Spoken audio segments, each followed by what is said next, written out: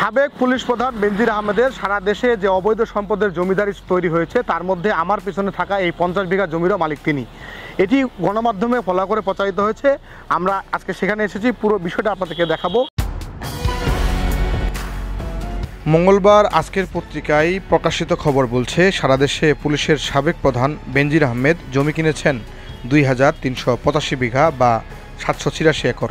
10 জেলার মধ্যে উত্তরাঞ্চলের ঠাকুরগাঁ জেলায় 50 বিঘা এবং নীলফামারী জেলায় 50 বিঘা। তার কেনা জমিতে অনেক স্থানে খামার, আবার অনেক স্থানে রিসোর্ট বানিয়েছেন তিনি। ঠাকুরগাঁ সদর উপজেলার বড়খচাবাড়ি দৌলতপুর এলাকায় বেনজির আহমেদের 50 বিঘা জমিতে রয়েছে নর্থ এগ লিমিটেড নামে একটি খামার। ওই এলাকার স্থানীয়রা বলছেন, 2018 সালে তিনি ওই খামার পরিদর্শনে এসেছিলেন। অনেক দিনের আগের কথা। কতদিন আগে আসছিল বেনজির? 2008 সালে মনে হয়, 8-9 সালে আসছিল। পুলিশের প্রধান বেনজির আসছিল এখানে। আর এটার মালিক আপনি কি জানতেন? আমরা জানি লালমনিরহাটের মিঠু নাম নাকি লোকটা? মিঠু মানে কিপ্রিয়া চেয়ারম্যানের ভাগিন জামাই, আমরা জানতাম। বেগুনবাড়ি কিপ্রিয়া চেয়ারম্যানের ভাগিন জামাই। আর এখন তো শুনতেছি পুলিশের প্রধান মালিক নাকি? এখন শুনতেছি কালকে সাংবাদিক আসছিল, আরো ওখান থেকেই শুনলাম।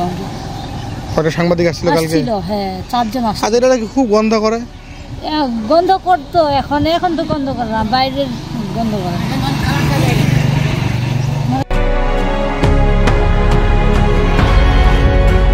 খামারের গন্ধে ফসল নষ্টসহ নানা অভিযোগ থাকলেও তার পার্টনার বিতর্কিত ঠিকাদার মিঠু তার নাম ভাঙিয়ে এলাকার লোকজনের মুখ বন্ধ করে রেখেছেন।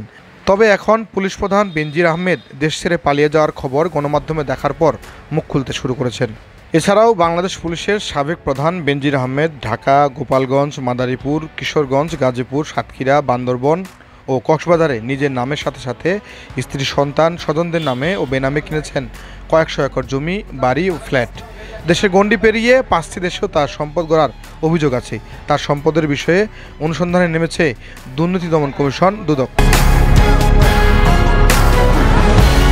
দুদকের আবেদনের পরিপ্রেক্ষিতে গত 23 ও 26 মে বেনজির আহমেদ ও তার পরিবারের নামে থাকা 193টি দলিলের জমি, গুলশানের 4টি ফ্ল্যাট, ব্রোকের এবং বিভিন্ন ব্যাংকে থাকা 33টি হিসাব অবরুদ্ধ করার নির্দেশ দিয়েছে আদালত।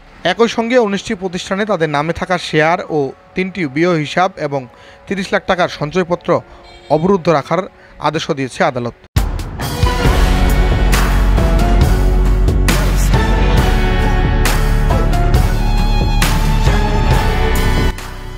গত মাসের শুরুতে সপরিবারে দেশ ছাড়ার আগে ওই ব্যাংক হিসাবগুলো থেকে প্রায় 15 কোটি টাকা তোলা হয়েছে বলে হিসাব রয়েছে দুদকের কাছে। বেনজির আহমেদ 2010 সালের 14 অক্টোবর থেকে 2015 সালের 7 জানুয়ারি পর্যন্ত ডিএমপি কমিশনার ছিলেন। 2015 সালের 8 জানুয়ারি থেকে 2020 সালের 14 এপ্রিল পর্যন্ত র্যাবের মহাপরিচালক এবং 2020 সালের 15 এপ্রিল থেকে আইজিপি হিসাবে নিযুক্ত হন। এরপরে 2022 সালের 30 সেপ্টেম্বর তিনি পুলিশের মহাপরিদর্শক থেকে অবসরে যান।